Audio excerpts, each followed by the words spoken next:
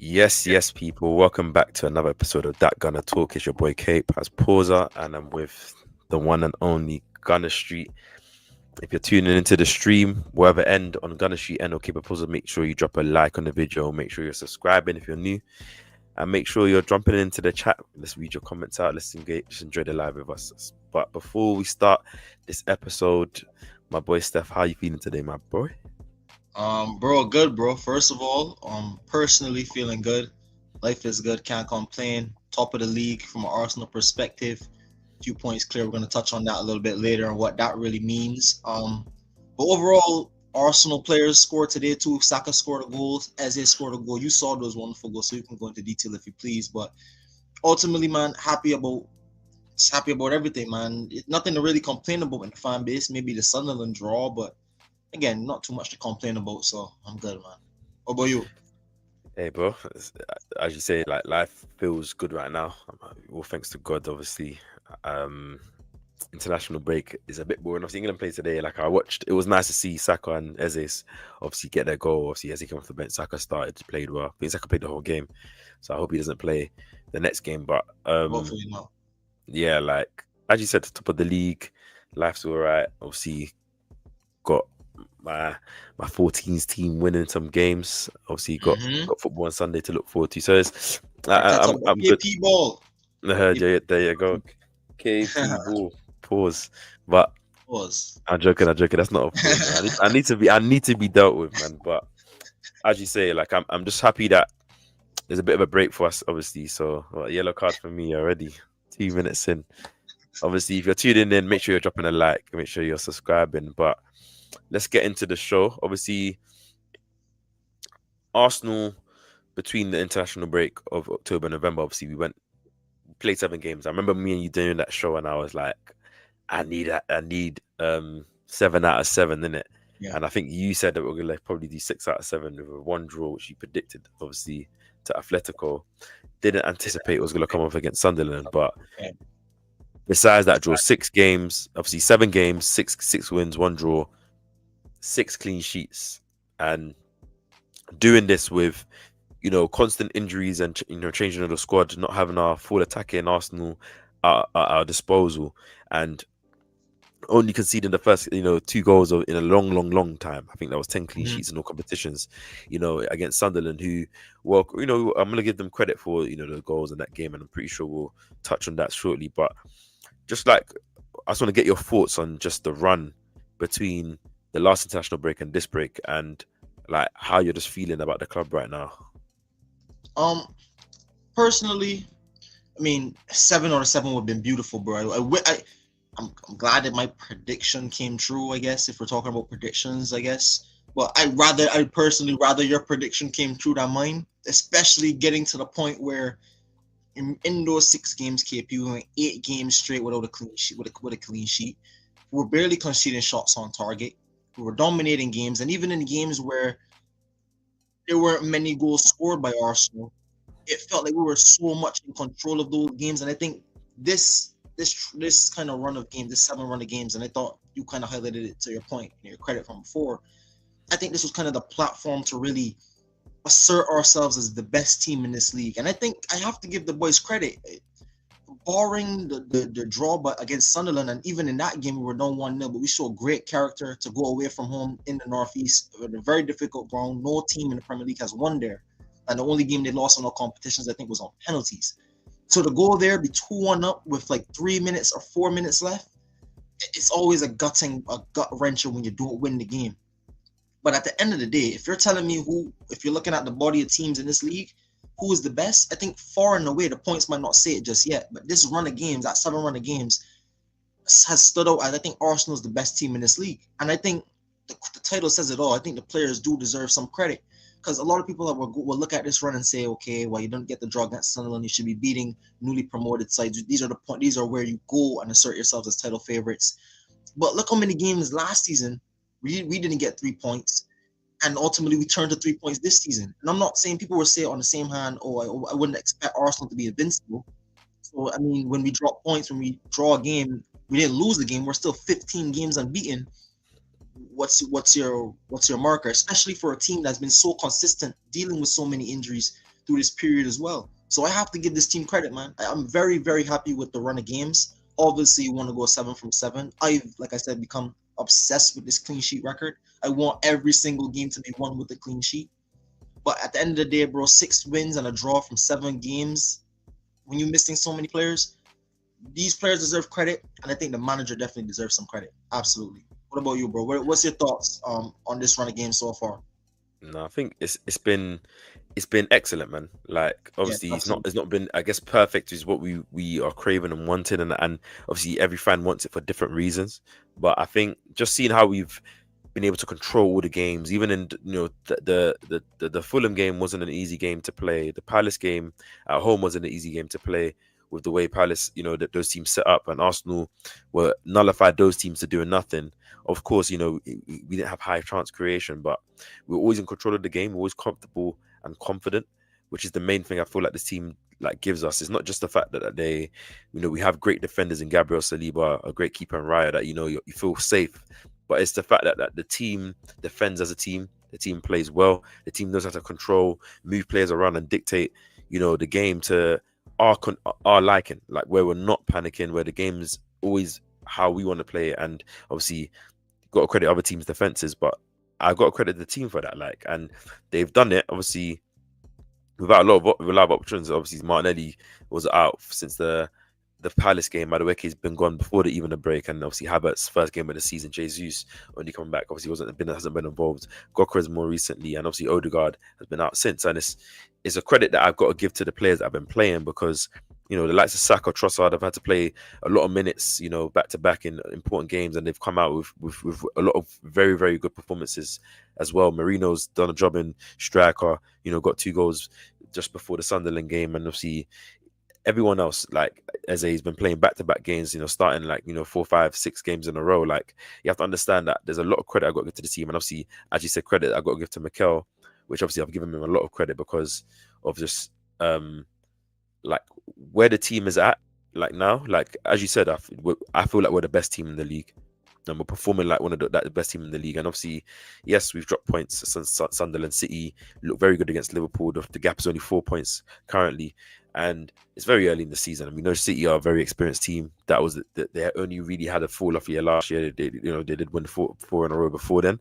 So you got to give them their respect. But I think when you look at both teams, like game to game, their weaknesses, their strengths, I think there's a lot more in Arsenal's favour. And obviously, Arsenal performing like that. We're very consistent. Only lost 1 game still all season, and still in that 15-game unbeaten run. I think a lot of credit has got to go to these players and the way they've been performing. And even in that Sunderland game, as I transitioned to that, like, it was a difficult game. They were physical. They were going, for the long balls. Like, I don't have no problem with that. I like that. I ain't Arnie Slot, and that shots being sent. But I'm not Arnie Slot to be complaining about that. But I do like the obviously us facing a challenge. I do want to see these players improve and be able to kind of face any type of game. And Sunderland came with a game plan that some of our players struggled at parts in the game, and I got to give a lot of credit to them, especially for that first half. Arsenal were completely nullified, especially when they got that goal early, which was a bit unfair from the Zubimendi goal, but Zubimendi foul and yellow. But Arsenal should have done way better to deal with the 2 draws that they lost. And then the first half was very, very still. But the way that we played in the second half, the tactical changes Mikel made, the way that we were, moving around that low block with, Timber and Calafiori getting high into those spaces, Rice and Zubimendi constantly rotating, and, you saw Zubimendi being one of our highest players in the last line sometimes, making those runs with that chance, or, just being around punching passes in between the lines into the box, Trossard having a virtuoso second half performance where he was just constantly putting lovely passes into the channels, past to Saka, past to Zubimendi, past to Calafiori, just constantly. And obviously that goal, my oh my, like like, bro, it was amazing. Like, we were constantly moving them around. Suddenly you have to bear in mind, like, we're putting sometimes nine men in their box, tall, and it was 6. the advantage to do so, to be honest. So the onus was on us to go and win that game, and we were so nearly there to winning the game and turning around the game. That's difficult to win. We did the same against Newcastle, so those are 2 difficult grounds. Previous Arsenal teams in history would have struggled at, Yeah, honestly. it would have been even last season. It would have just been that game would have ended 1-0. Do you know what I mean? Like to Sunderland, because we wouldn't have had any real creative spark. We wouldn't have had that advancement and that hunger to say no, we're gonna win this game. And you can see it in these players, and you could see the disappointment in their faces when we didn't win.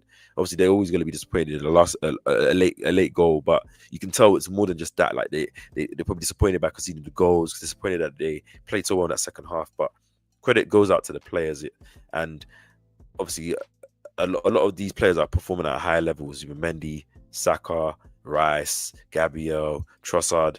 Like we've got a lot of high performance. Timber, obviously, forgot to say him, and obviously Raya, of course. So, like that's why I'm not even that mad. Obviously, in the moment, Raya, Gabriel, the mistake for the goal. But when you take a step back and you look at like how amazing Raya has been all season, really, really flawless if you think about it. And obviously Gabriel's been, the best defender in the league this season. So it's like one mistake, one error, one moment.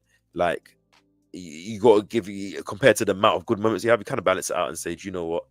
You kind of not saying I allowed it, but I'm gonna give you a pass. I'm not gonna get so angry. I'm gonna support you, get behind you, and give you that support and that credit. So It's interesting that you focus on the Sunderland result like heavily. I mean, it's the last result, it's the last game. But I want to ask you, KP, you personally, what was your favorite performance? Not it doesn't necessarily have to be a result. What was your favorite performance from the 7-game run? Because yes, we have a lot of favorable fixtures in there, but you have to go and win those games. And if we didn't, well, just even look at the Sunderland game. We didn't win the game, and look how fans have already had head loss. So, what was your favorite performance in this run period, and what do you think was the most impactful performance? Because I kind of have an interesting show on mine personally. yeah, I can't lie, bro. Mine is the Sunderland game. Mine is the Sunderland game. Mine is the fun. Yo, that's crazy. Mine Like, was bro, like obviously the Atletico 4-0, obviously we started that game off very, Atletico very game. well. Obviously Atletico it kind of dulled out a bit, and then obviously we had that mad 13 minutes where we spazzed out, scored 4 goals, and it was a good performance. But I think like you have to realize that Sunderland are a very good defensive team. Second conceded goals, and I'm pretty sure you'll get to that point as well. Hopefully, I don't take all your points out of mine. No, bro. Obviously, You we're cooking, bro. aligned like that. Like they've only conceded the second least amount of goals behind Arsenal, so they clearly have a good defense. We saw that themselves. Big, strong defenders, guys willing to put their body on the line. Granit Xhaka, Siddiqui getting back into the box as well.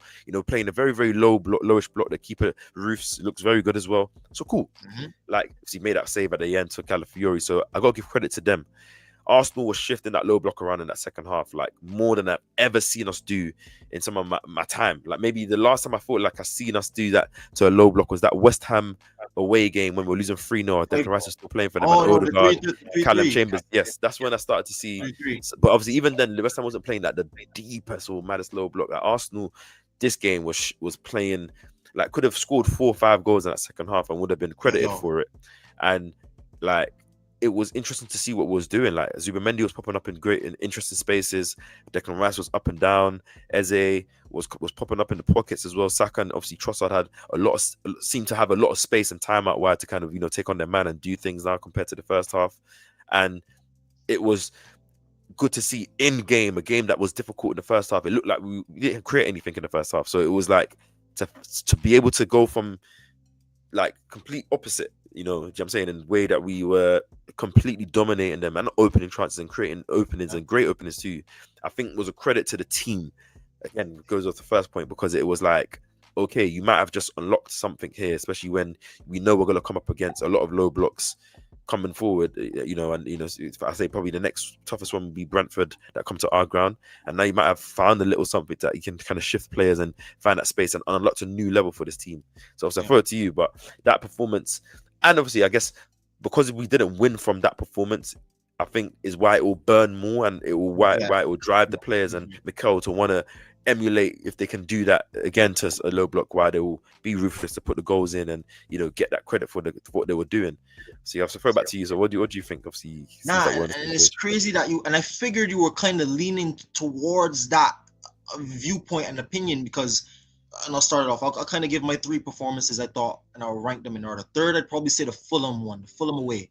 We're coming back off the international break. First game back, you're going to a ground where Fulham have had some mixed results this season. Had some good ones, had some poor ones. Overall, they're a side, not only a transition, but they're a side looking for their identity this season.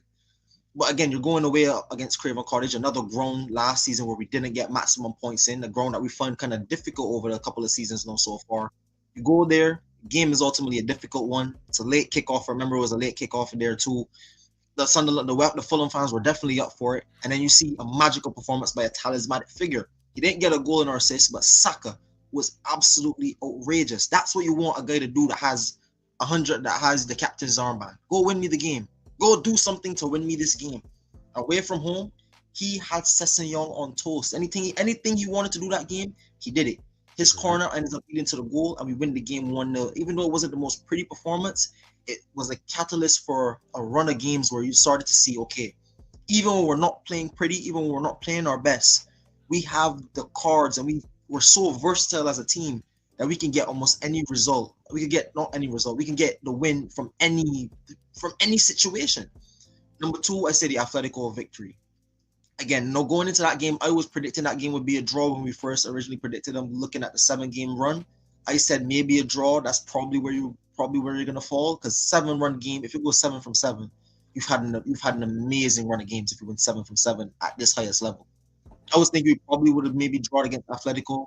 They're known for what they can do in Europe, being defensively stout, but they're not the same Atletico of years prior, especially the ones that went to back-to-back or 2 Champions League finals in 3 years. Just not that previous Atletico Madrid under Simeone. But it's still a very, very good team. And at the time, Julian Alvarez was scoring worldies. Like he was on a hot form. I don't think he's as hot as he is now since the Arsenal game, but he was on red hot form.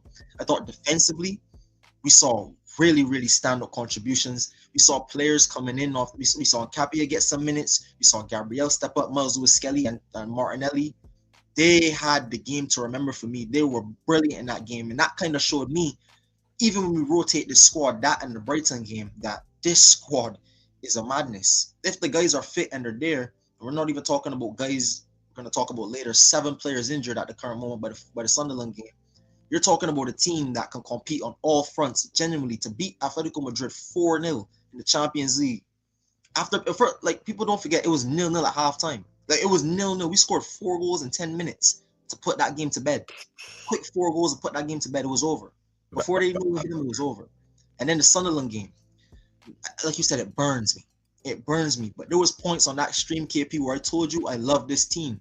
And you don't get to that feeling by just saying it and being overreactionary. I think genuinely, if you're an Arsenal fan and you watched that game, you would have been up. How the game went. Let's cover the whole game.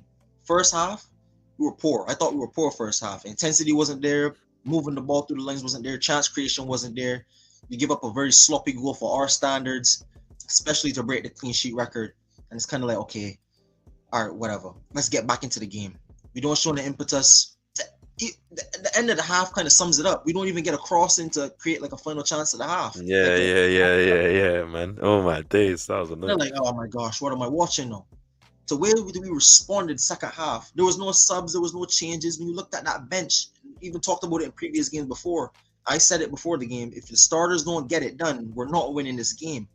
And the starters came out there and they almost won us that game. It was an immaculate. It was you went into the second half performance in depth. I don't want to gloss over your points, but genuinely, what a performance that was second half. And if it wasn't for like a sloppy is being a harsh word, but it was sloppy. If it wasn't for a careless mistake on Raya and Gabriel's fault, something that they normally are very much assured of doing, on another day, even though the Raya is not supposed to come there, he might claim it because he has some of the best hands in the league. So, and another day, it could swing so many different ways, and that's the Premier League. But I think genuinely, even the weekend that just passed, you see why this league is so good, and you see why I think Arsenal is the best, because Chelsea have had results so far this season where you say they're not really title contenders. Liverpool, they're already lost 5 games by November. I don't think they're still in it.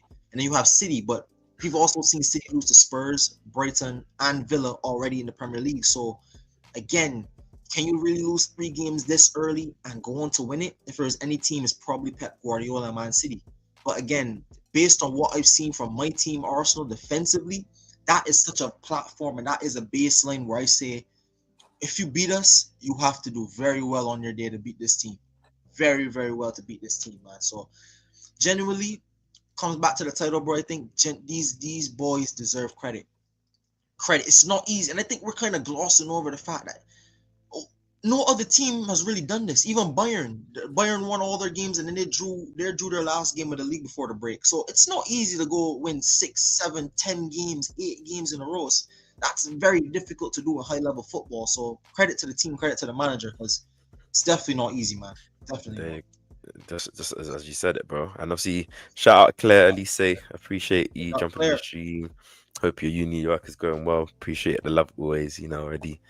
And just as you talked about there, you said obviously the foundation of the defense, obviously, and just a caveat, obviously, if you're jumping into the live on Gunner Street, make sure you're dropping a like, and obviously you're jumping on the Capers Pause, make sure you're dropping a like, and drop a comment still, and anything you think we're saying about this conversation, we'll definitely read it and engage. But you talked about the defense and the solidity of it, and the foundation it's built, obviously, the clean sheets, the consecutive, not even conceding shots on targets in a lot of the games that we're playing.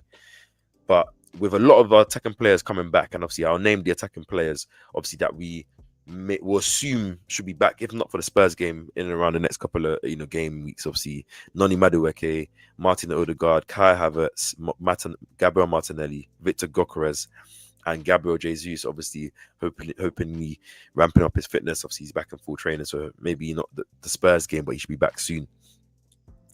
Obviously, before we get into a bit further news and obviously the update, what do you think it means for this team to get those players back now, Well, given the fact that where we're at, given the fact that we just had that result against Sunderland, and then obviously a 2-week break, and we get basically all our attacking depth back at once?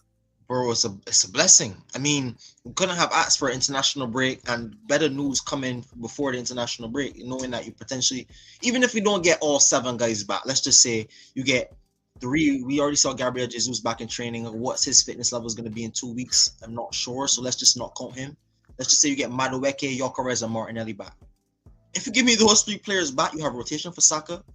You have your striker back, and then you at least have a left wing rotation. Even though Trossard has been on form, you still have someone that could go into that position, or even you could put Martinelli in there if you want to try something different with the striker roles alongside Moreno until Jesus gets back up to speed, or if you even get back Havertz, who's missed since game 1. So even if you get back 3-4 players, half for what we might be looking to get, I think this team gets a massive boost, because again, we've been so solid defensively, and the biggest criticism about us this season is some of the attacking football has not been where we might have wanted to be. But at times, I think the attacking football has been there, but we just haven't been clinical to take the chances. Like some games where teams are sitting back, we don't take our chance till we open up the game with a set piece, and then from the time we score a set piece, it's either let's shut up shop or put this team to the sword, then shut up shop. What we did with Atletico, we showed we could score goals. What we did against Leeds earlier in the season, we showed that we can score goals. But even against Palace, we get a goal from a wonderful goal by Eza, and then we just see it out the game. No need to rush. They're an organized team. We're an organized team. You bring on 3 at the back, and you see it out. Like I like the overall team management, the game management now of this, not only the manager but the team, and it's getting better. And I think, and getting these players back, it allows us to now see more rotation, rest more legs, and then that definitely helps us going into, first of all, the big week coming out of the international break. We have 3 massive games with Spurs, Bayern, and Chelsea, and then from there we definitely have other competitive games we're looking forward to. But just to get these players back at this moment in time, bro, definitely a massive boost for this team. Nah, insane boost, bro. I think, for me, it's just like when you think about the Sunderland game, the way we're creating those chances, we had a lot of, say Gyokeres even just in front of instead of Marino, and maybe you could have brought on a Madueke or a Martinelli in the second half as well when tired legs were going, after the 2-1. Maybe you have a bit more pace in behind, because that's one thing that we didn't have available in the last couple of games, is that, direct pace in behind. But even in the Slavia Prague game, you saw how clinical this team can be, putting the ball in the back of net, creating chances. Obviously, Marino getting his 2 goals. You saw in the Atletico game how we can just easily, put a team to bed. And I think having that optionality, having that increased depth and competition for the likes of Saka, Trossard, Gyokeres, obviously Havertz comes back, Madueke, Eze himself, with Odegaard's back, I think it increases their level, it pushes them up, makes them even better when they're performing, when they're starting, and when they're coming on as well. And it gives Mikel the optionality to, now eventually, rotate based on, certain profiles, who's best for the game, or, we have 3-game week. Like ideally, if they were all back, we do have Chelsea, Bayern, and obviously Spurs in 1 week. Obviously, I don't know if Mikel will make wholesale changes for each game, but if all these players are available, maybe you don't mind, giving Saka a rest if he plays, back-to-back games for England in the international break, and then you don't want him to start 3 games in a row. Madueke is back to full fitness and he's ready. Maybe you can start Madueke in one of those games or start him against his old team Chelsea. Who knows, innit? But it's just like, you know what? We talk about it, and I don't want to cut you off, bro. But we talk about it, and I want to hear your point on it. That's why I kind of wanted to butt in. With those 3 games, those are 3 important games. Saka is the talisman of the team. How would you go about rotating, just even from like that perspective? I mean, like you said, wholesale changes. I mean, we're confident in the guys, but Spurs at home, that's a game is a must-win in any fixture. Don't care where you guys at, or don't care where we're at in the league. Bayern, you always want to win against Bayern, especially in the Champions League, to continue to keep it going. That's another rivalry. I mean, even though it's internationally, that's another rivalry. And at Chelsea, those are 3 big, massive games on the Arsenal calendar almost any time those games comes around. I mean, we've seen a kind of team brewing that's been solidified, playing week in, week out, almost like a solid Premier League team. Do you kind of see the manager going strong like that, or doing that for 3 games in a row? Like, what are your expectations, honestly, from your perspective? No, I think Mikel will go strong in each game. I know Mikel will want to start his strongest players, for those are 3 competitive games and big games, in a row. I think where it's if we do have those players back, is if you are playing well against Spurs, so maybe you get 2-goal lead, you can easily quickly take Saka off early, bring on Madueke, the level stays the same. Same thing with Trossard and Martinelli. Same thing with if Gokras is back and he's starting, and if Havertz somehow is on the bench, it's the same thing with those situations. Same thing with Odegaard, and it's like whether you start the same team, or maybe make 1 or 2 changes per game.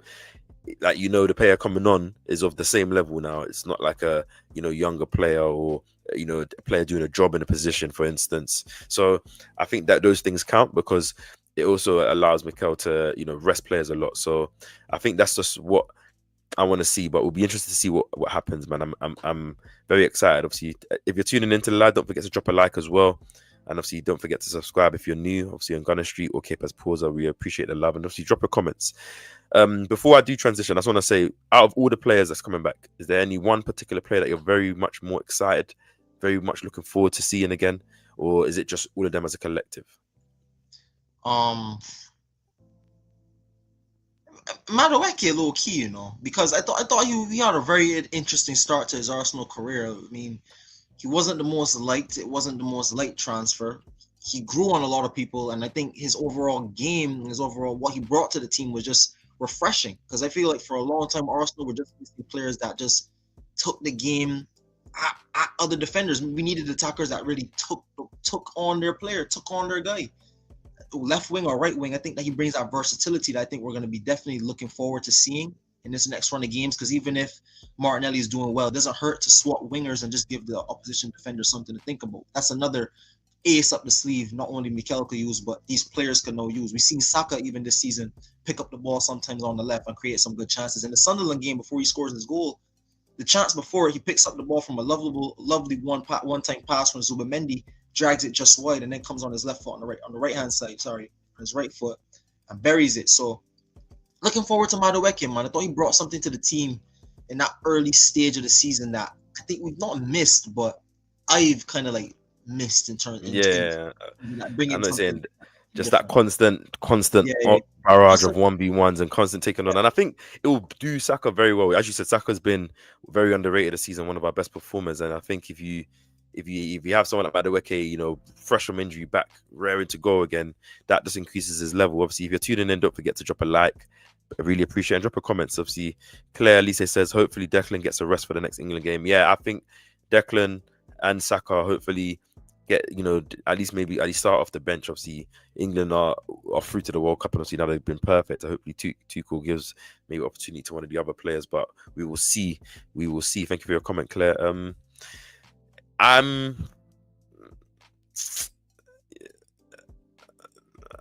It's got to be Jesus, man. My love for this guy. But I will give an honourable mention for Kai Havertz. I have missed Kai Havertz a lot, and I think I want to see him. Obviously, if you're the KAPE Pausa side as well, make sure you drop a like. Let's try to get both sides to 10 likes. Obviously, I'm currently on 1 like now, so if you're just here, we'll give you 1 moment. Just hit the like button. let's get the likes up, and obviously we're on Gunner Street as well. Let's hit the like button if you haven't already. I don't know what his like count is on, but let's do that very quickly now before I move on to this point. I'll wait for you guys. Give me 2 seconds. Hit the like button, hit the like button, hit the like button. It really helps the algorithm of the live to get out there. So I appreciate that, love. And it's Jesus, man. I think just that magic that he brings, that joy. I think obviously he's a different player to Gyökeres, a different player to Havertz, and I think I'm just very, as I told you many times, I'm very intrigued to see, you know, Saka, Trossard, or even Saka, Martinelli, Eze, you know, Timber dropping into the pockets, Calafiori, even like those type of players, you know, 1-2 touch twice. You know, Jesus is very, very good in terms of his link-up play and just overall ability to open up space and, you know, play well. Zubimendi, Jesus, that I'm dreaming. So I think obviously, I'm 100% sure that Jesus will come back 100% fit. Whether he's exactly the same Jesus, that's the big question that we'll see.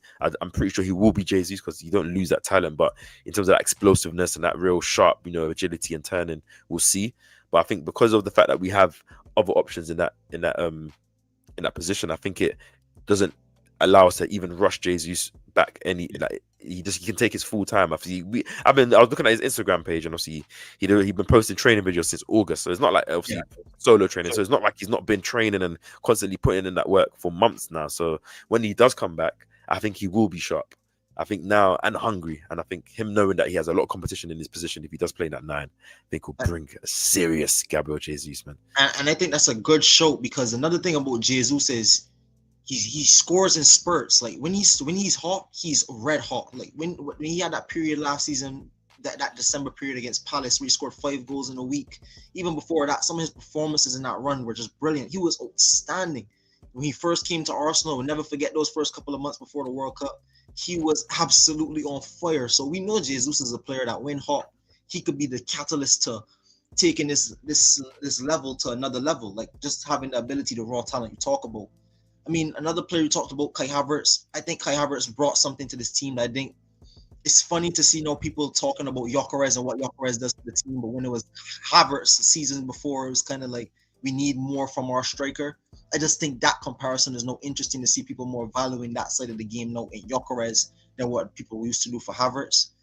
I mean, I give Havertz a lot of credit. He stepped into a side, he stepped into a role that really he did at Chelsea, not to the best extent, but he's came in for us, scored goals. His numbers have improved. His overall game, I thought, is improving now. And I thought we saw it in the summer. He was putting on that muscle going into the season. We were kind of excited to see, okay, with competition now, what kind of Havertz do we get? He scored in preseason, the same game as Gyökeres. I can't remember who we played. I remember we played at the Emirates, definitely the Emirates Cup. But yeah, I'm very, very excited to see these striker options now because for the first time in a long time, we have no striker depth. We have different profiles of striker. We now have the guy who wants to run in behind, who's a constant threat and a bully in Gyökeres. You have the guy who's going to drop deep and who's technically brilliant and can also score goals in Jesus. And you also have another target man who can also score goals and is also pretty decent at link up and works hard in the press, Kai Havertz. So, I mean, that is another thing that throws up a lot of variables in the air for what people are going to expect. Not only can you expect a solid defense, but you don't know what you're going to expect against this Arsenal team. You can't really plan for this Arsenal team because every single person that is at a level where they can hurt you, man. So I'm excited for all the guys to come back, but definitely a big shout out to a few of those names right there. There you go. Obviously, don't forget to drop a like as well. Hit the like button if you haven't already. Takes 2 seconds. And like button, people. Obviously, even though we do know, obviously, these players coming back, we have heard some news of some potential setbacks. Obviously, Calafiori, obviously, he's not going to participate in Italy's game against Moldova, apparently with an apparent hip issue. It's not been reported any further than that, whether that's more long-term, whether he's going to return back to Arsenal or he's just okay. Apparently, he's training separately from the squad. So we'll see what happens with him. Obviously, if he is injured or he is, sustained a bit of a knock, what does that mean for, Lewis Skelly or Nkapie? Who do you think, Mikel will turn to if Calafiori's out? And who would you like to turn to if Calafiori's out? Well, I feel like who I think Mikel and who I would turn to is kind of almost the same person. And I think it has to be Lewis Skelly. And I think this is interesting that this news came out kind of similar around this, literally the day after is reported that clubs are looking at signing Lewis Skelly, even though he just signed a new long-term deal. I find that ironic because I think everyone in the Arsenal community, probably even Arteta himself, is telling Lewis Skelly, even if his head is almost getting turned by the situation, it's like, bro, you're a young player, you're a top level player, and it's a long season. Like it's different if the guy in front of him was a guy like Saka, whereas not only he's the guy, he's the talisman in the team, but you know when he's fit, you're not getting games. Calafiori is someone who's also came to the team last season. He also has to prove himself, but he's also dealt with injuries. Saka is a player that doesn't really get injured. So just comparing it from that perspective, if I'm Maurizio Micheli, I'm comfortable in my position. I know when he's played, for me, he has played this season. He's been quality. The Atletico game, he was brilliant. Brighton, he was one of the best players on the pitch. So whenever he is there, he shows that I can still give you levels. At 18 years old, he was playing in some of the biggest moments in this club's history, going to the Bernabeu, playing massive games away from home against Liverpool and others. So Lewis Skelly, we definitely know he has a character and a mentality to play against top level teams. So him against anybody, I don't fear. It's just about biding his time, man. He know he's a good player. We know he's a good player. I think it's a lot of to do with trying to unsettle the player. A lot of things since he's made his debut. It's kind of interesting how a lot of narratives have been forming around this player. First, it was the red card stuff. Then it was saying he's an arrogant, cocky guy. Then it was the stuff with England. No, is this stuff again with England and on Thomas Tuchel saying he's not going to get minutes dropped from the squad. All of this is going to build a strong character player. And I think if it was maybe a different person, I'd be a bit more concerned. But I think what we've seen over Lewis Skelly from young even till now, man, that's a very, very mature guy. So I think if Calafiori is injured, I hopefully he's back as soon as possible because we need all the depth we can. But I think Miles definitely deserves a nod, man. Absolutely, it has to be Miles. Yeah, man. Just before I even speak on my option, I just hope Calafiori isn't injured long Yeah, term. Obviously, he's been one of exactly, our best players this season. Obviously, does exactly. bring a lot for us going forward, and this has been one of his best running on Arsenal shirt. And obviously, he seems to always. It's the curse of going on with the. I can't tell him to not go to his national team, but it seems to always pick up these injuries when he's going on international break. I don't Yeah, know if it's the way that's that the true. Italian team is training or if it's just his luck. But obviously, hopefully, he is fit. To be honest with you, but if he isn't, obviously, luckily we do have great options, and obviously I'm similar with you. I do want to see Lewis Skelly come in. I think season's a long season, and when you build a good squad, everyone's gonna have to play their role. Everyone's gonna have their period of time where they're gonna start a run of games. Whether it's due to injury, whether it's due to form, whatever it is, and you just gotta be ready and be locked in. And I think Lewis Skelly gives you that. Obviously, he's the more experienced one in terms of being in our team than in KAPE. If you're looking at someone being more long term, obviously he's played in the biggest games, as you said, played consecutive games. He was one of our best performers and one of our bright sparks last season. So like I do want to see him, and obviously, yeah, as you said, it's funny when it's coming after that nonsense. As you saw the caption, the thumbnail of my video, and I said it gets me mad because it's just nonsense Yeah, that every time, whether it is Lewis Skelly who does get targeted a lot, or it's just like in general Arsenal, it just gets tiring, man. It's not all the time that you have to always find a way to just try to unsettle our players, put dirt on somebody that's involved in Arsenal, and obviously like we know that was not nothing. Obviously, Thomas Tuchel putting a bit of pressure, obviously trying to get him into the England squad, and I think that's just kind of trickling through Sky Sports, who are just doing what they need to do to sell clickbait and stuff. So it's just annoying, but um, it'll be good with Skelly, and I think that would be interesting to see how he plays at one again, what he brings, knowing that he has to fight for his space, knowing that his place isn't so confirmed now, even if Calafiori is injured, because that if he comes back, maybe he does lose his space again. So I think that makes him go to another level, and obviously he has to realize his first professional football playing season last season, in terms of first team men's football. Like you have to realize he's only going to get better in it, and he has to bide his time. It's good. I feel like it's good that Mikel's pulled him out because it makes him keeps that hunger in him. Like he would have got everything. He had a perfect season last season. Played in Champions League semi-finals, playing for Arsenal, starting for Arsenal week in week out, playing in the Bernabeu, playing in the PSG stadium. Making his England debut, scoring his England debut. Couldn't have imagined his first season better. Obviously, maybe Arsenal win the league, but he wouldn't have imagined himself not being a starter this season. So I think that's just going to drive him more in it. Obviously Claire says I need to get some sleep, sorry, I have to have a good rest for your teams. Obviously thank you Claire for tuning in. Obviously sure. hope you have a good rest, and obviously see you in the next one as well. Hope your day is good. Appreciate the love. Obviously don't forget to drop a like as well wherever you are. If you're on the Cape Pause side, obviously we're only on one like right now. Come on guys, let's Come get the on, people, likes hit the up. like button. Come on. Hit the like button, let's get it up. If you're there and you haven't hit it, just hit it. It takes 2 seconds. But yeah, that's that's with that. And obviously, we also heard some news from the Norway Oh, wait, manager before you go, I want to ask you a quick question on Lewis Kelly, though, KP. yeah, Do you think, because I mean, Tuchel has shown and he has said this round of games that he's not scared to make big calls. Do you think Miles will get a stretch of games, but can you see a world where Miles Lewis Kelly doesn't go to the World Cup for England? yeah. I can see a world where I think with how Tuchel's managing his team, which I respect, I can see a lot of players missing out if they're either not playing or not in good form. Just not just because they're big names. He's not just going by names. He's going by performance. He's going by form. He's going by who's playing right now and who's in rhythm. And like I got to respect it. So it's gonna and that's how you get the highest level of those players performing, coming in and really performing at that highest level for international stage. You're gonna never really have that, even though obviously we kind of done a bit of, but we've done okay in the last couple of years in top competitions, got to finals. But I think just having that overall quality and that hunger for that country and that showing that quality that these guys show week in week out for their clubs, you got to make them at that position, even if it's the best player in the team or some of those players that probably would never have thought they would get picked, and now they are getting picked, like Elliot Anderson, who's been doing amazing, and just to name, or Enzo Konsa. So I think if he does get into starting lineup, I think he'll be there. But if he doesn't get breaking, then maybe he's in and out, unless injuries permit Tuchel having to choose him. I think he might miss out, but he will have many a World Cup to be selected. So I hope he does make it, but even if he doesn't, I think he will be upset, but he would just see it as more motivation. Do you know what I mean? So which can only bring a better player for us, isn't it? But going on to Odegaard, obviously but Odegaard, the Norway manager said that I think you sent me the quote that he's potentially not fully fit yet, that maybe he's still a couple of weeks away from being back, which obviously contradicts what we've been hearing.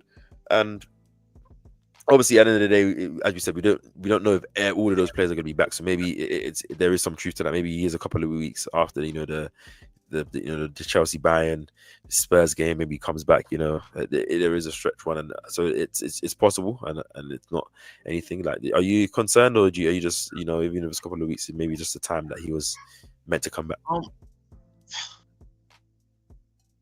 It's an interesting one because on one hand, I'm not concerned because we've played games this season and we show we can win without having Odegaard. So in terms of overall team aspect, am I concerned? No, not really. Do I want Odegaard back? Yeah, I mean, I am concerned for having more. I want all the players back and playing, especially for the biggest games in the season. But overall, the season is still so early and fresh. It's not an injury that, well, as far as we know, hopefully no more setbacks. It seems like it's progressing pretty well from what we understand on, even though the Norway manager said he's had a steady recovery. So I'm not expecting it to be like him being out until maybe February or March next year. But again, if maybe he comes back mid-December just because you want to give him some extra rest, maybe we're still winning games. Maybe you find some games for Ethan Lamore, come in and get some minutes as he continues to hone his craft in the 10. Or maybe you find another solution in the team. It's interesting because I do think Mikel found something with playing Eze and Odegaard together.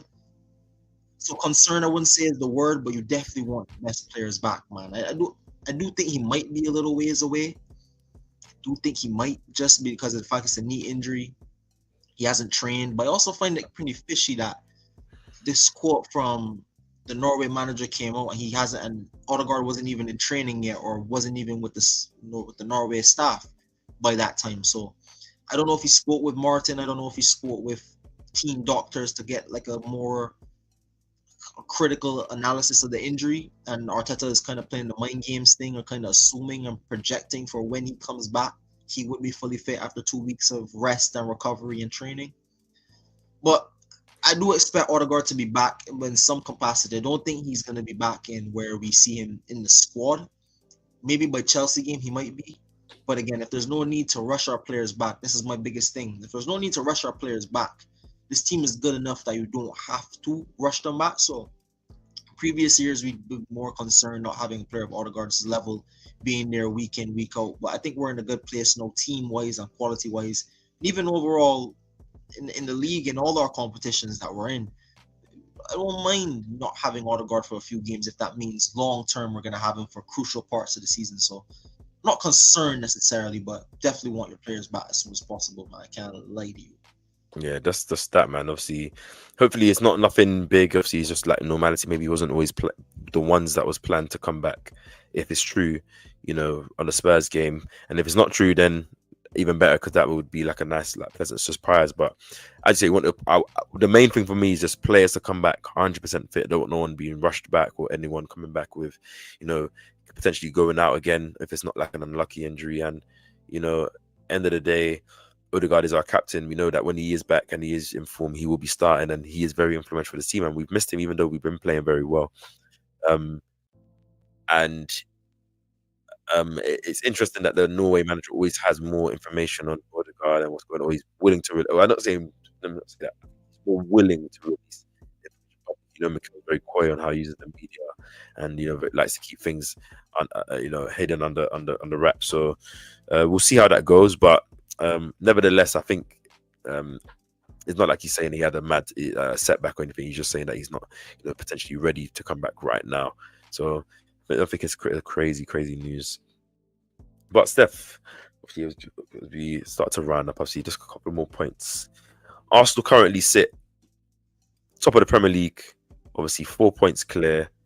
I think at the end of the last before the last international break, we went to the last international break. Obviously, top of the Premier League. We were only 1 point clear of Liverpool, and I think we were 3 points above City. Now we are 4 points above City and 8 points above Liverpool, if I'm correct. And obviously, Arsenal are at the top of the Premier League. As I said, we are at the top of the Champions League group, or joint top. Have with only clean sheets in that competition, and obviously we're through to the Carabao Cup quarter final. My question to you is, bro, do Arsenal fans need to relax?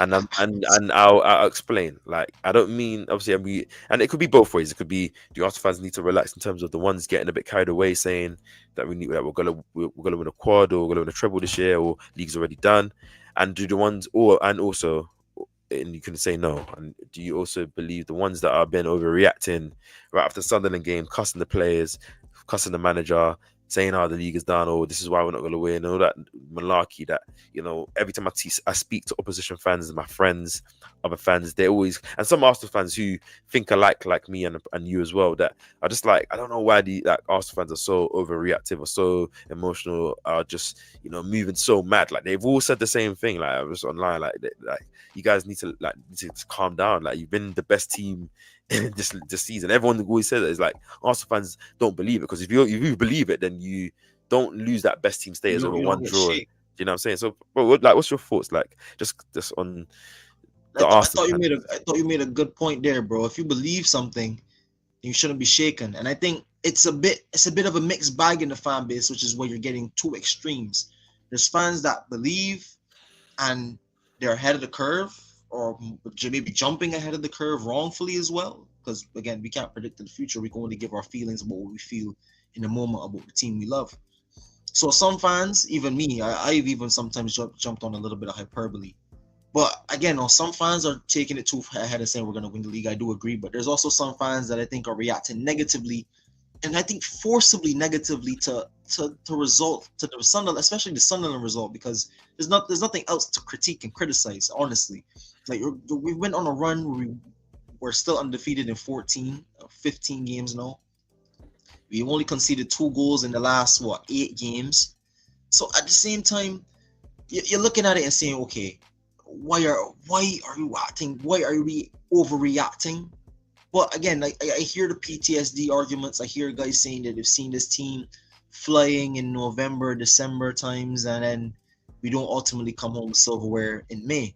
I hear it, but at the same time, let's not be blinded by what you're seeing on the pitch. What you're seeing on the pitch, what you should be reacting to. If you say you're gonna take it game by game, give it game by game, a context and fair analysis. This team just went on a streak that broke Arsenal and English footballing records, not just Arsenal club records, English football history records, like 100-year-old records are being tied or broken during this run that Arsenal are going on. So you're not lying to yourself when you say you think this team can win X amount of trophies in a season. I think it's a bit far-fetched and a little bit crazy to say, because it's not something when you go from 5 years without a trophy and then thinking, okay, you're gonna win the treble. Ironically, Leverkusen did it under Xabi Alonso, where they haven't won trophies in years, and then they rock up with 3 majors. So I mean, that's football. You can never predict the future. You can never say someone's crazy until it literally happens. So I think everything is over on the reaction for now. But for me, what I'm focused on is I do think people need to calm down, man. On a general scale, enjoy this moment. And I don't want people to get caught up in the trophies and what it's gonna mean. Enjoy this moment now, because what I'm seeing is a team that is hitting heights that I've never seen this Arsenal team do. We talked in the summer KP about we need to, if we want to compete and feel comfortable on all levels, we need to address X, Y, and Z. In the summer, we did those things. And I think it's good now to see that when you address those things, you're bearing the fruit of what you've put in. And I think that's what all Arsenal fans just wanted to see. A team that's going to go and make the adjustments we need to make and compete. People before were saying, oh, I just want us to compete. Now it's I want us to win. Now it's going to be I want us to win multiple trophies. So there's the markers on the bench and the goalpost is always going to get moved. And that's what happens when you play for or back a big club. But at the end of the day, focus on the now, people. Like, don't get carried away and think about May yet.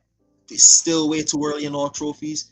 But don't criticize the team on draws just because you want to prove a point or get a narrative off, man. I just think that kind of analysis is just like, bro, come on.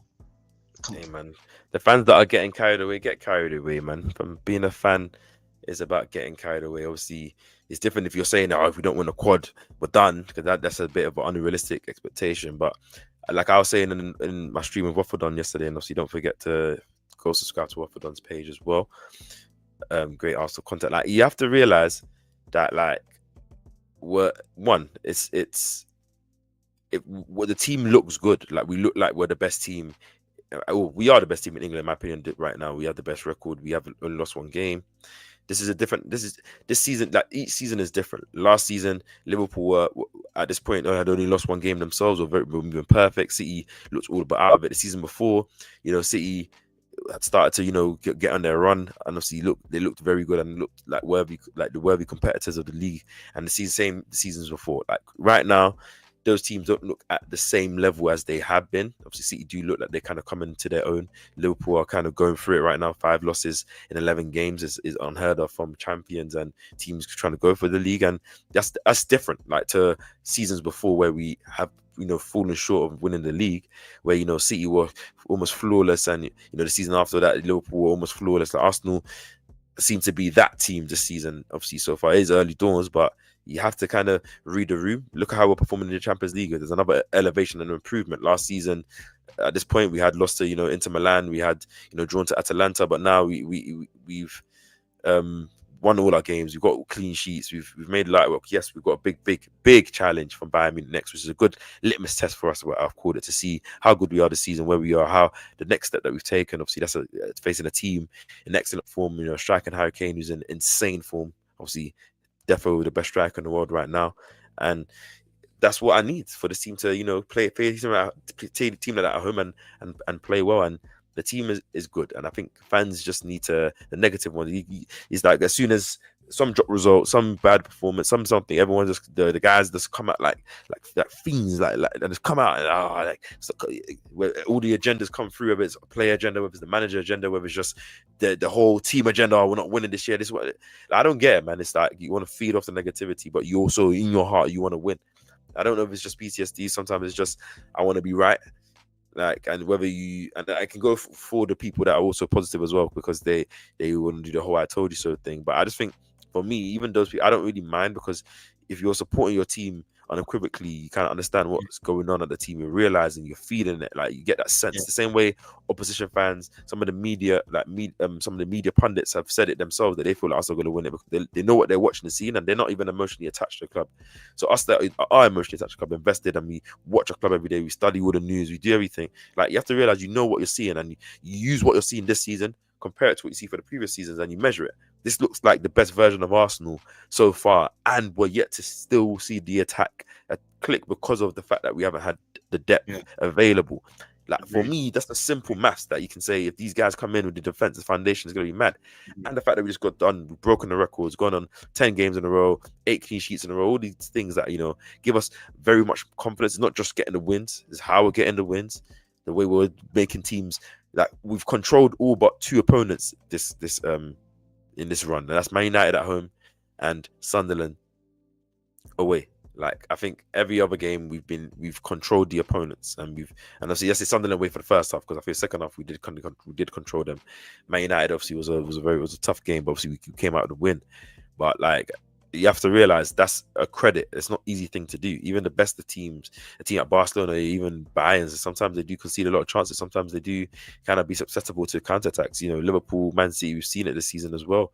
Like when certain games go in a certain way, they can't do that. So that's just what it is. Obviously, shout out to Royal Ghana TV. Appreciate you, bro, for jumping into the stream. Obviously, make sure you hit the like button, and then obviously make sure you go subscribe to his channel as well. Obviously, appreciate the love.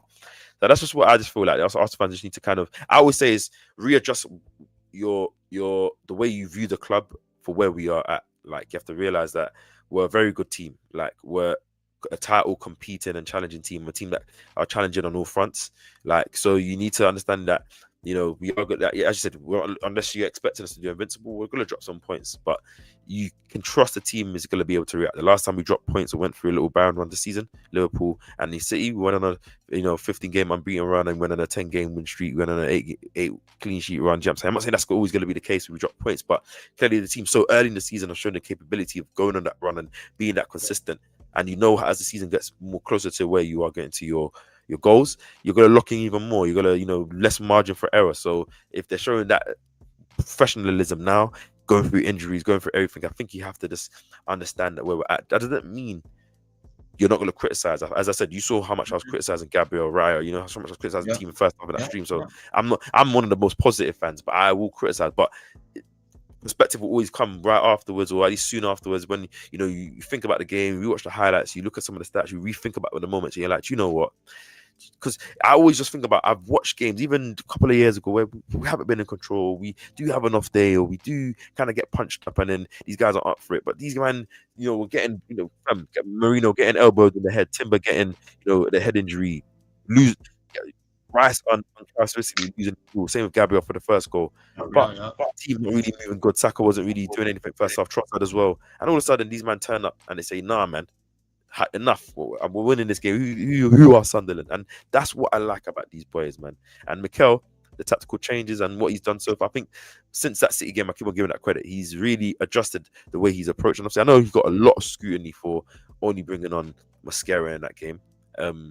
Obviously, people spoke about, a couple of Marino, Saka looked tired. Trossard could you have brought on maybe a couple of other players to maybe do a job in those situations? And it's possible he could have. Maybe he could have put 1 year for Saka. Maybe he could have brought some fresh legs. But in that kind of game, that atmosphere, in the moments where it's last few moments, it's early in the season still. You have your most experienced players on the pitch.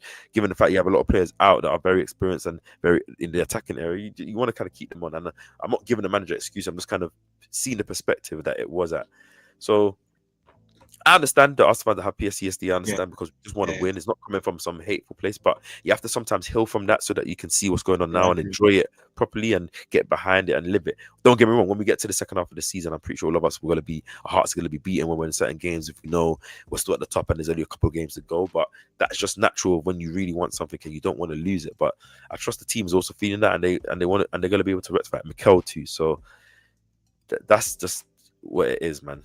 And I think, to end off your point greatly, I think when you get to that back end of the season, I think this team has already showed elements and characters of what you want to see further on in the season. All these games, people talking about, you don't win games from open play. Yeah, when it comes to March time and games are getting tight and you have 3 games in a week and you have to win every single game, can you unlock a game when it's not going your way? We've shown already this season that games that might not be going our way, both sides, we're showing that we're good enough to not lose it defensively, and we're showing that we're good enough that even if we get one moment, whether that's Newcastle, whether that's Fulham, whether that's Palace, almost Sunderland, that we can win games, that we will win games. And if we continue to add that to our repertoire, we already have set pieces. If we just add that attacking bit of quality now in certain games and we get more free-flowing, and I'm not saying every game is going to be free-flowing open football, because we know we're going up against low block almost every single time we play. We know it's difficult to shift around the defense every single game, and it takes a level of requirement and commitment. But the great City teams went up against that too, and they found ways to unlock it. And how we do it, it's up to us to create our own history. It's up to us to unlock that defense or unlock and win games by however hook or crook. And I think once we get down to the back end of the season, I think the foundation of being so solid defensively, being so good on defensively in both boxes and on the other box and scoring goals from set pieces, and overall just taking our chances. I think one thing I could say about this team is we don't panic in certain moments like the years before. Like sometimes we would rush in a game, we would feel like we got to get back in it, no, or the game is over. The Newcastle game, even what 1-0 down, we grew into the game. We backed our quality. We showed we were gonna get back into it. Sunderland, same thing. At 1-0 down at halftime, you're frustrated. But me and you both said we could still win this game. We still have beliefs we could come out of here with a win. And we almost did that. So I would say this team has shown a lot of characters, a lot of elements that I'm looking forward to seeing replicated in the back end of the season, because that's the catalyst. I think that's the difference maker for being just a Premier League winner and a double winner, a treble winner. And quad is crazy talk, but Liverpool came a few games shy of winning a quad themselves. So it's not as far fetched as people say. It's difficult. Anything is difficult like that, but teams recently in modern English football history have been very, very close to doing it. So if it was any team, why not let it be us? Why not us? And just on that point, like last season, like we went to the Carabao Cup semi-final. Yes, disappointingly out. Champions League semi-final, and we were in the title race for as long as possible. That's competing on three fronts. Obviously, yeah, we got knocked out of the FA Cup, to Man United very early, but like that's if you have to understand that it's that close. You can just literally be in two finals like that, and you potentially can be competing for a double, and that's in a season where we wasn't even playing at our best, and where we look good in all competitions. We obviously were one Palace win away from being in the semi-final of Carabao Cup again for the second time in 2 years, and obviously hopefully we can go one better and go to that final and win that trophy. As you know, much I want to win that trophy as a catalyst for the season. Like, you just got to give credit, and I think that's why the Sunderland game is so important to me. Again, as I'm going back to it, like, you have to realize we only had 2 corners in that game. Like, I'm just looking at the stats again.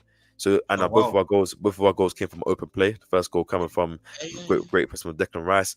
The second goal coming from obviously some good build-up plays. Mendy to Trossard. Trossard obviously bought his time and smashing it back in the net. And then you had to do many shots off the crossbar. You had the Eze volley that went central. You had the Calafiori head at the end as well. So we started to develop solutions for a low block, which isn't just where we are, creating chances and getting set pieces and getting, the good delivery from that as well. But Sunderland wasn't even fouling us in dangerous areas, and we wasn't even getting the corners, but we were still finding a way. And that's another advancement now, which gives me confidence, because I always just think if we had our attacking players, if you had a Gokras there, you had a Havertz, you had, Martinelli to bring on or whatever, then you have even more potential quality to add and throw at these guys and potentially put some of these chances or create some of these openings to put in the back of the net, which would have eased the game and maybe won the game earlier. So I think that bodes. This game is of an important. If we do start to really break down low blocks, I'm always going to reference the Sunderland game, and I'm pretty sure you will too, and I'll constantly, because I saw an evolution from this team again, and we didn't have the set pieces to rely on this game, so people couldn't have said that if we had won this game as well. It would have been straight, fair enough, man. If you watch the second half, that looked like a team like champions. So that's just what it is, man. So I'm very still confident that we're going to win this league, as I've always predicted. I'm pretty sure you are as well, and I'm confident that in the Champions League we'll go far, can potentially go to the final. Carabao Cup, as you said, we're one game away from the semis, which was a 2-leg semis as well. And FA Cup starts in the new year, but we have the squad depth for it, that even if we rotate in those games, we'll be confident that the level will be there, as we saw against Brighton in that game in the Carabao Cup. So everything is going well so far. Obviously, big period after the international break, but this team plays well and locks in for big games, and obviously having 3 big games in a row right after the break, they're already going to be locked in. They're going to know as soon as they come back from the international teams that it's goal time. Mikel's going to say it's goal time, and if you have the boost of those players coming back as well, with the guys coming back, it just a good mesh. You're cooking a pot of food and you're just adding the right ingredients, bro. It's simmering well, and it's coming how you want. The aromas, you smell it. Someone in the room upstairs is coming down. Oh, what's going on down there? Do you know what I mean? That's what's going on at Arsenal. So that's what people just have to understand. But as we move on to the last point, obviously we saw that Arsenal are close to adding a new member to the recruitment team, Andre Berta, Maurizio Micheli, formerly of obviously Napoli, the head of, I think it was head of their scouting and part of the recruitment team. Obviously, he's known for bringing the likes of Kvaratskhelia, Osimhen, Kim Min-jae, obviously Hamsik, who's one of my favorite players in football, to Napoli. Obviously, he's worked all over. Obviously, experience in Bologna, Hellas Verona, Brescia in Italy. So clearly, very profound in that Italian league, and obviously, clearly has a huge eyes. Very, very. He's known to be very knows how to match the data with live scouting himself and watching players and match it and know how to pick out a good player. Like, so seeing that obviously Arsenal are moving obviously in the background to get someone that, you know, to help with their recruitment team and a scouting department. What's your just opinions of this, obviously, of Micheli and obviously Andre Berta clearly having his influence in the backroom staff? I mean, that's how the best teams get better. When Chelsea and City are going through their period of dominance, they were turning out academies and full squads that had talent everywhere you look. Like, even us, we pulled Noni Madueke from Chelsea. And I mean, not to make it a Chelsea or City point, but I'm saying that's how you get better in all these leagues. You have to be able to. It's all well buying the top 100 million transfers and they work out like a Declan Rice. It's all good having those types of players and Gyökeres. But my favorite signings are sometimes the Mosqueras, guys that you weren't even expecting to be so good at that level for that price already.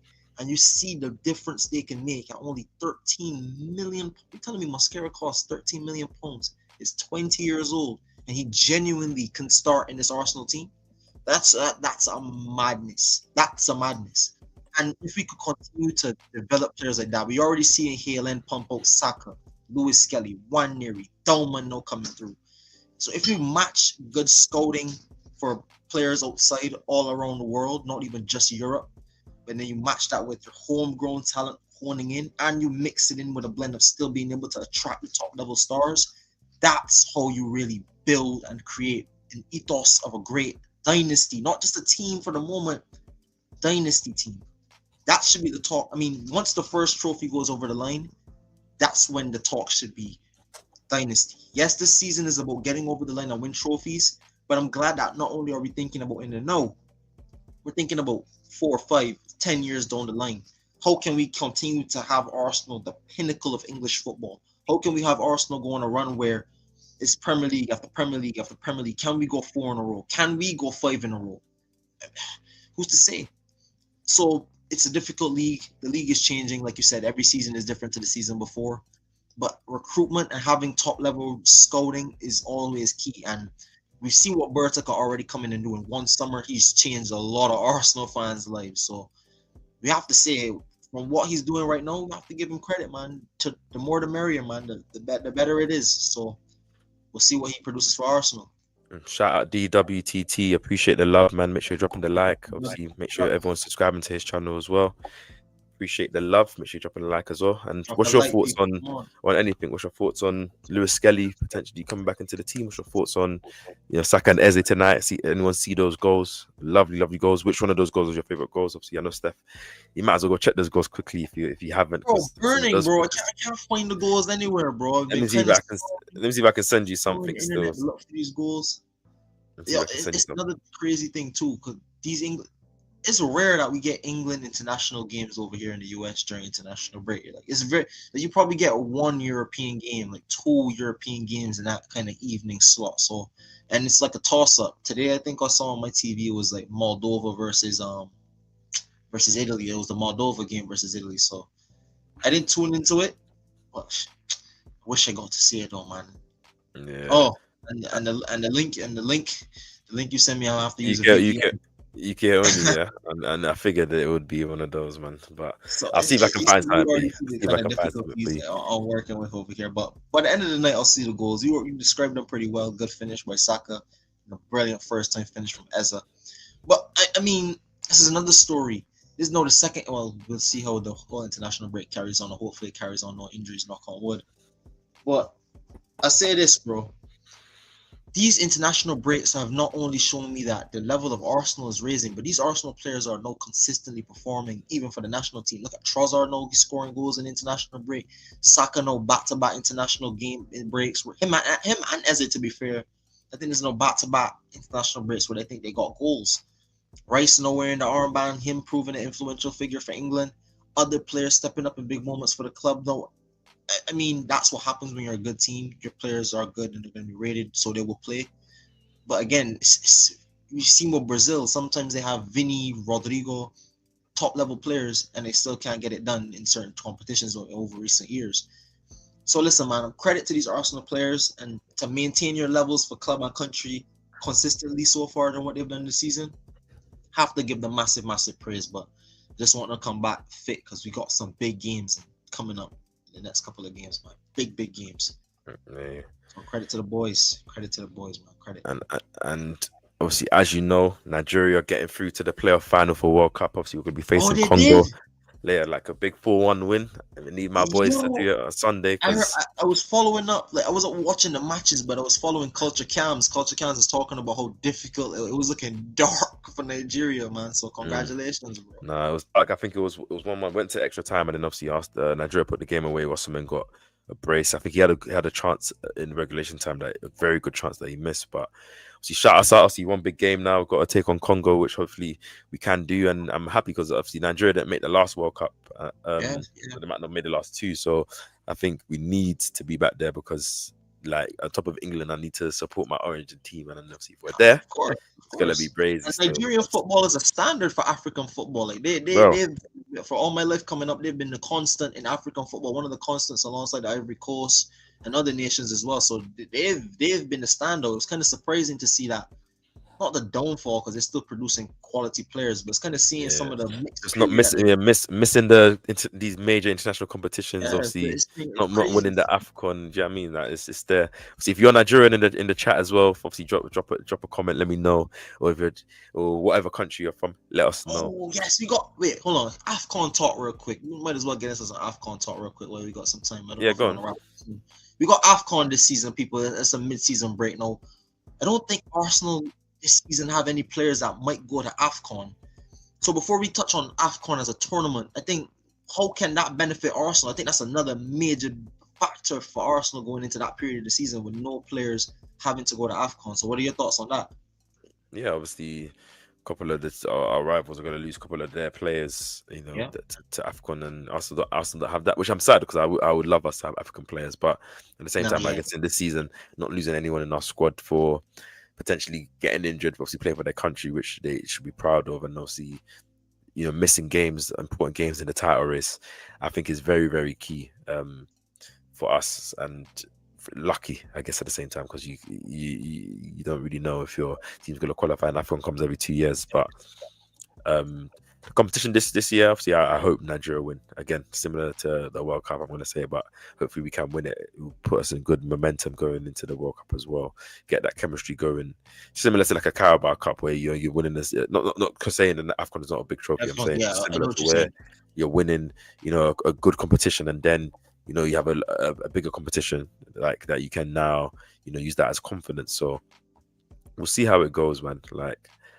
If Nigeria do make it, I may do watch alongs for Nigeria in both the AFCON and in summer and the World Cup if we do make it. AFCON streams, that would be man. good. So trust me, I will be there. AFCON is normally one of my favorite. I just gutted that they play in the middle of a season because that's been big controversy too. Playing the tournament, that it's a very important tournament, especially for African football. So it kind of holds precedent and going on around the same time as other leagues around the world. Kind of pulling guys from in their team. Guys are kind of conflicted. Do they want to go to AFCON? They go to AFCON, but then their team suffers, and then they've been working so hard and they get injured. How does that affect the team? I just think it's gutting that such an important tournament plays at an awkward point in the season, a very, very awkward point in the season. But again, in that tournament, the last tournament, you got some brilliant games, some brilliant football coming from those teams. I remember for me, DR Congo was one of the surprise teams. They had some very, very good players in that last tournament. So man, very, very, very, very excited to see what this AFCON brings. Hopefully Nigeria, for your sake. I don't have a horse in the race, so you're my guy, so I'm gonna put pulling for you and Nigeria, as always. But yeah, man, I'm definitely looking forward to AFCON as always, man. I always enjoy watching AFCON.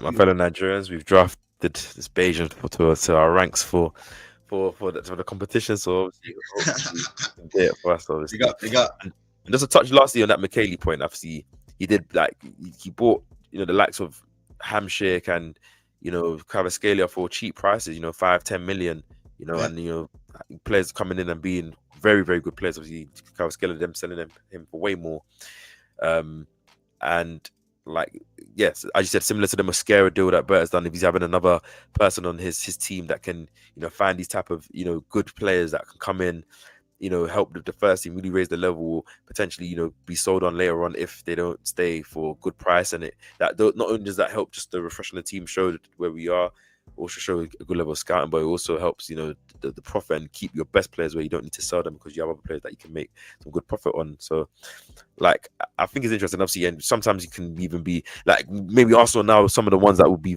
like similar to the Saliba thing. You're getting that real world class talent before they've gone to another, even not necessarily a massive club, but a bigger club than maybe they have been at now. Before they, and obviously their prices, you're getting them at that cheap price before they've even boomed, and then you're already nurturing them in that Arsenal way. It's only a credit, man. Obviously, everyone as well, don't forget to hit the like button. 1 hour 15 streaming, and I think might be me and Steph's one of our longest streams outside the watch along. So other than the watch along, definitely one of the longest streams. Please drop a like as well if you haven't already. Please subscribe if you are new and you haven't already. Whatever side, if you're coming over on the KAPE Sports side, go quickly to Gunner Street. Obviously, hit the subscribe button. And you're coming from Gunner Street, go over to my channel, hit the subscribe button, and drop the like button. Let's get over there and like up KP's channel, people. Come on, let's get both sides to 10 likes before we get out of here, people. Come on. So, obviously, as we are going to round off, obviously, I think the main thing that we'll say, because obviously before we get into our next show, which will probably be on Sunday, please, we always say, please be on the lookout as we will be doing a show. Hopefully on Sunday with Waffle Done and BBK Sports. Should be a very interesting stream. Please obviously make sure that you are tuning in, and obviously subscribing to their channels too. Will be a very, very, very good stream as well. But also, DWTT just says missed Saka's goal, but I loved Eze's goal. Thought Foden wasn't going to pass because Saka was open too, but he looked away. Yeah, I think Foden did the Foden obviously it started the season very well. I think what he done well was he was driving down the middle. It was a counter attack in it. So obviously Eze was going down the left hand side. Saka was started to make his run on the right hand side. Foden was driving down the middle, and he kind of was looking in Saka's way. And then at the last moment, he just turned over to maybe he probably already made his decision that he was going to go to Eze, but he kind of disguised it. So he was going Saka's way, then turned, then put it on a plate for Eze, and Eze just caressed that ball into the top. When you see this ball, trust me, it's like Eze, his cameo as well. Obviously, I don't know if everyone watched that England game. His cameo was amazing. Some of the feet he was showing, some of the passes he was playing. Obviously, I want to say this. I want to see his confidence come and take it into the Arsenal team, which he will. And obviously, he's a big North London derby. He's an Arsenal fan. I'm pretty sure he's probably dreamt of playing in that type of game. So we'll definitely see. Appreciate your comment, DWTT. Obviously, make sure you're subscribing if you haven't. And my brother, Loudmouth Football UD, what are you telling me, bro? I hope you're good. Obviously, everyone as well, don't forget to subscribe to his channel, amazing football channel as well. Please go check out his channel, check out his content as well. How are you doing today, my bro? Thank you for tuning into the stream. Obviously, everyone's tuning in at the last minute. They want us to end it. I don't really mind. It's late my time. Okay, now that we're going to start on this, I want to read this comment to you. I want you to answer first. Do you think Arsenal win these next 3 games on the spin? Because I did ask you about the lineup and the rotation. I know you're going to predict that. I know you're going to predict the win. But it's going to, if you go strong each 3 games, that's going to be difficult to rotate players in and out. And I do think we have the squad.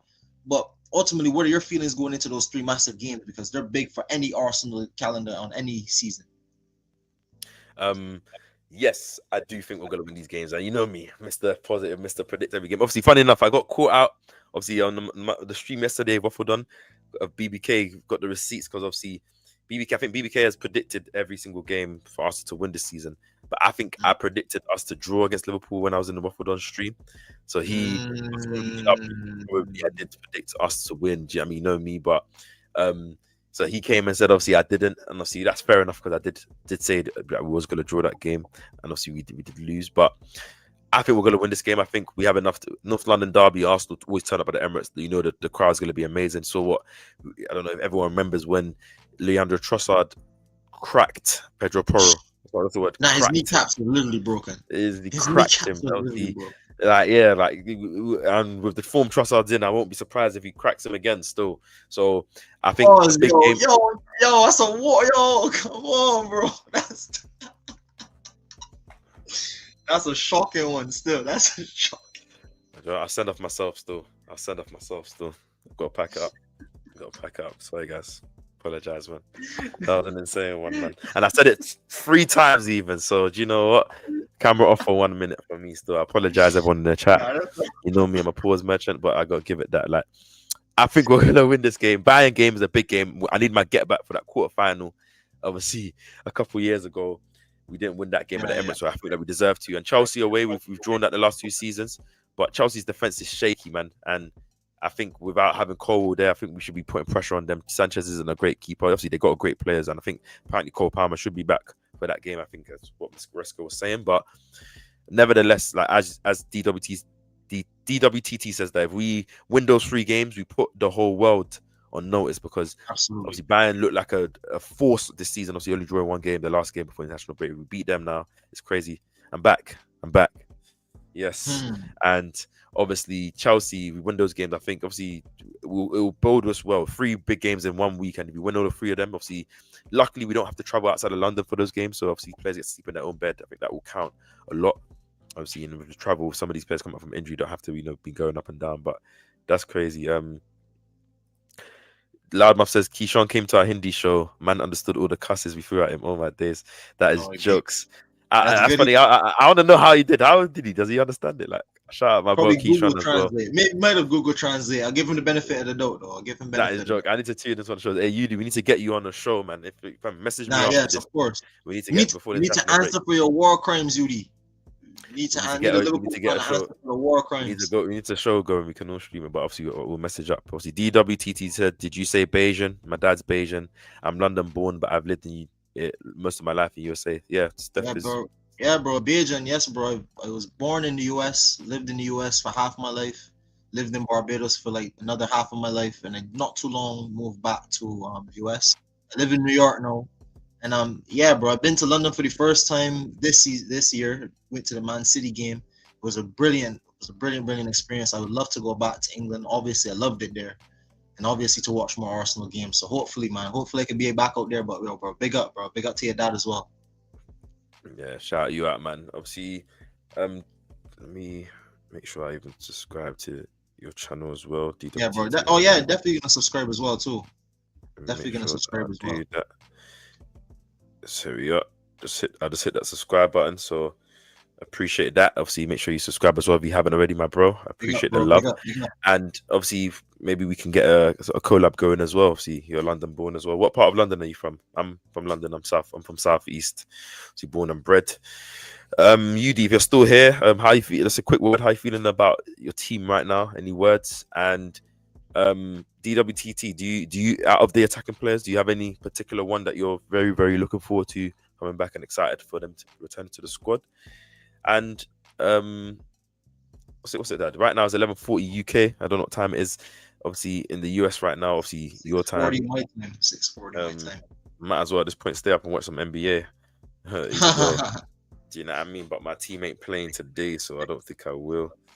There's no good games today, really. So nah, but I'm just, as I said before we round up, I'm just hoping that there's just no new injuries. Obviously, touch wood, pause, fingers crossed that nobody comes up any knocks. Obviously, the Calafiori one, hopefully, it's not nothing big, and then hopefully we get a lot, if not most of these players back from injury. And then we can tackle these, those tough runner games. At least one thing I'm excited, obviously, as I spoke to you, is that at least when we're back, it's going to be some big games. So it's like straight to the action, straight to some, real quality games and, some real statements that we can be making. Nah, I absolutely agree, bro. You always want to look forward to playing the big games, especially when your team is good. You don't ever shy those big games when your team is good. I remember when we first went back to the Champions League, bro. We had the quarterfinals against Bayern. I'll never get that quarterfinal going into it.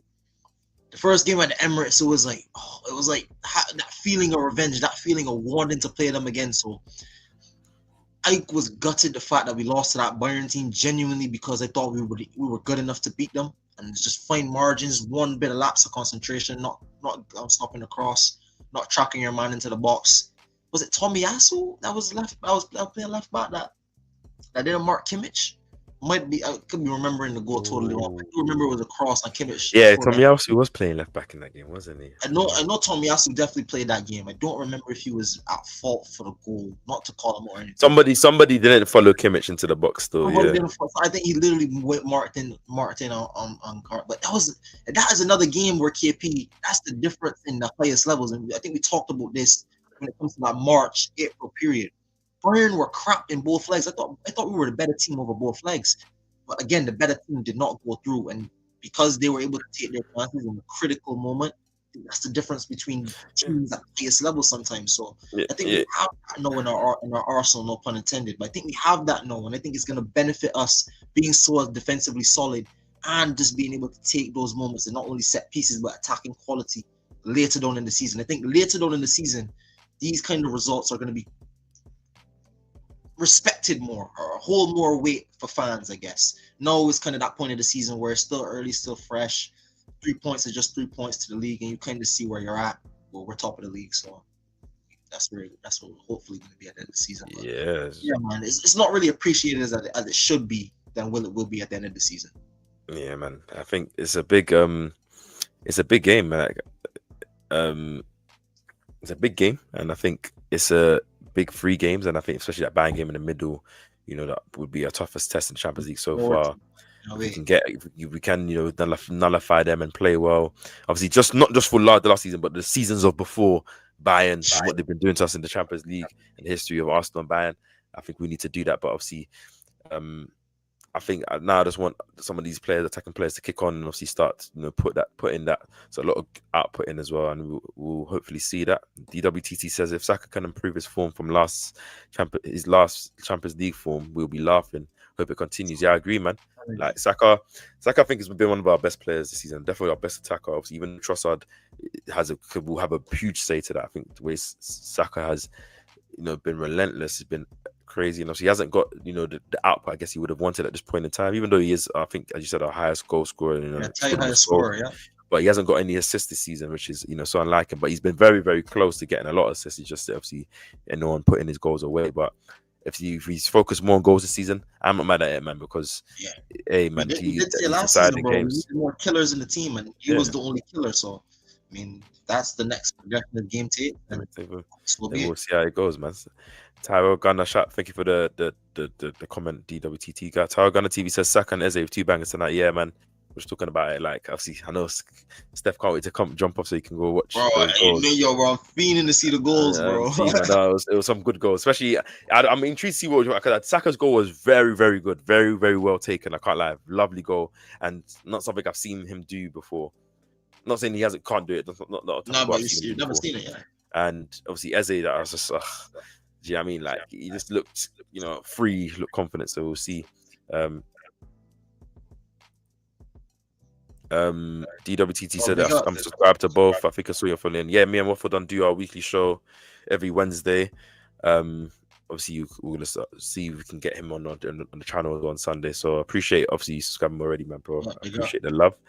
Obviously, hopefully we can collab as well soon. So we've come to the end of the stream, guys. We appreciate the love. Obviously, 1 hour, basically 1 hour 30 in, longer stream. If you are in the stream and you haven't, please drop a like. If you haven't already dropped a like, drop a like. Whether you're on Gunner Street and we're at KAPE Pause, we can smash a like quickly. If you're rewatching this as well, drop a like as well.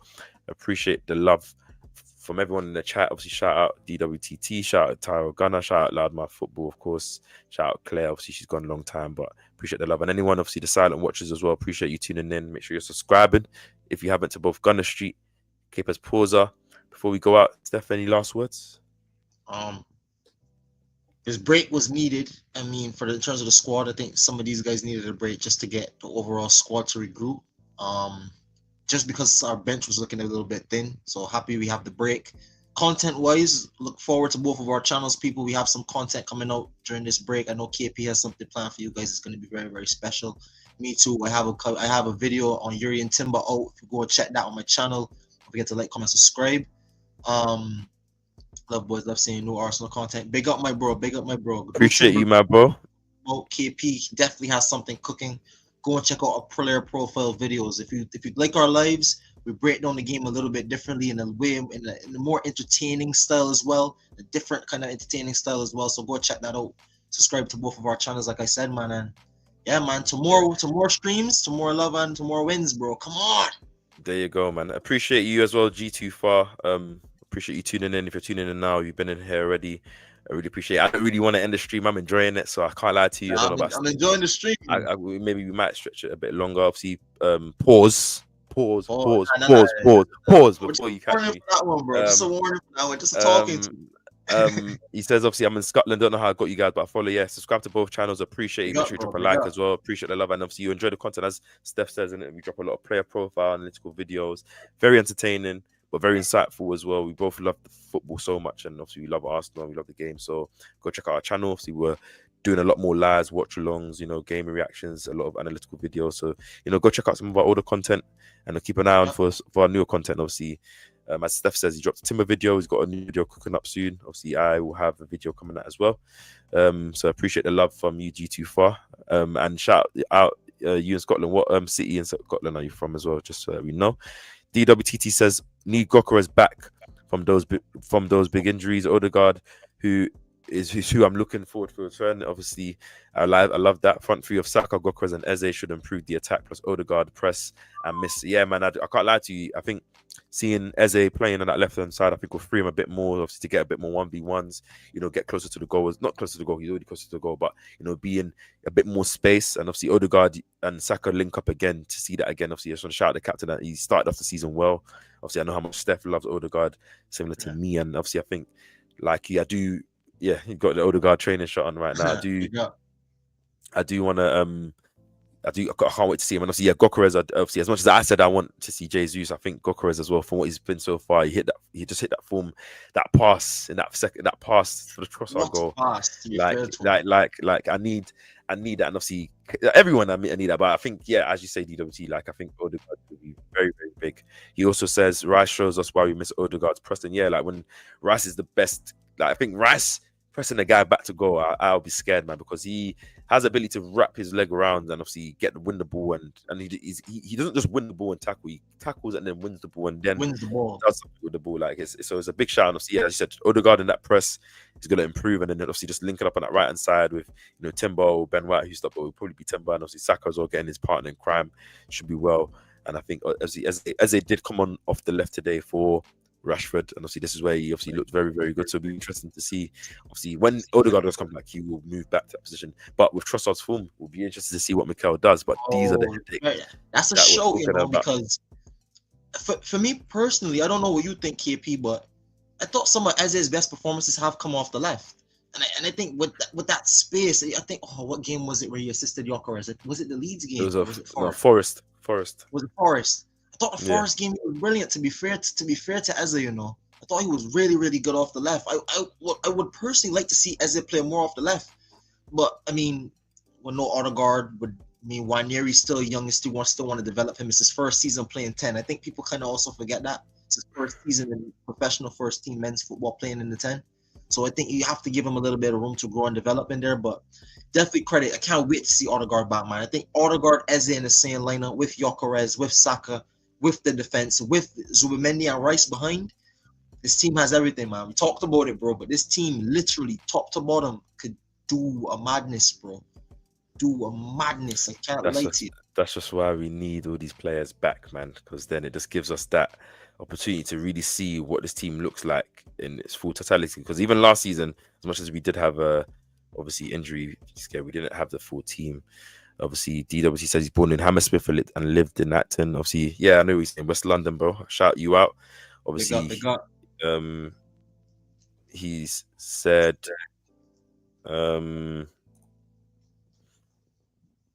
G25 said he's from Glasgow. I'm going to the Arsenal Wolves game at home, but I'll be in the away end. Obviously, you have to make sure that you celebrate quietly. But to be fair, yeah, at home, so it doesn't even really matter, man. If I'm celebrating, we need to celebrate. What they're going to do still to protect you. But I hope you enjoy that game, G25, man. I appreciate you for your comments. Obviously, don't forget to subscribe as well, whatever side you're tuning on to. Just put both of our channel links in the chat as well. He said Saka and Eze with goals for England tonight. Yes, they look very, very good. Obviously, DWTT said, have a good night. Have a good night, my bro. Obviously, we're about to end the stream now as well. Hope you have a good sleep. I'm going to obviously hit the haystack as well, man. As a dog gotta get his sleep. But we appreciate everyone tuning into this live as well. Obviously, it's been love in this live. I appreciate everyone that's been tuning in. It's been a great live for me. Let me just put, obviously, before we go, just check out. I put both Gunner Street, the link to Gunner Street and Capers Pausa in the channel and in this chat. So go, if you see here Capers Pausa, go hit the subscribe button. If you are going in from Gunner Street side and you haven't already, and hit the subscribe button to Gunner Street if you're coming in from my side. So you can subscribe to both of our channels. We do our lives very regularly, so please tune in. I hope you've enjoyed yourselves. I appreciate the love of G2 Far, DWTT, Tyler Gunner, Terrell Gunner, my apologies, Claire, and anyone else that's been in the stream that hasn't commented. Appreciate you guys being with us for the stream. Hit the like button, hit the subscribe button. Be on the lookout for our next video. And we are out. Everyone had a great night. Appreciate the love. Peace. And catch you guys on the next stream. Peace.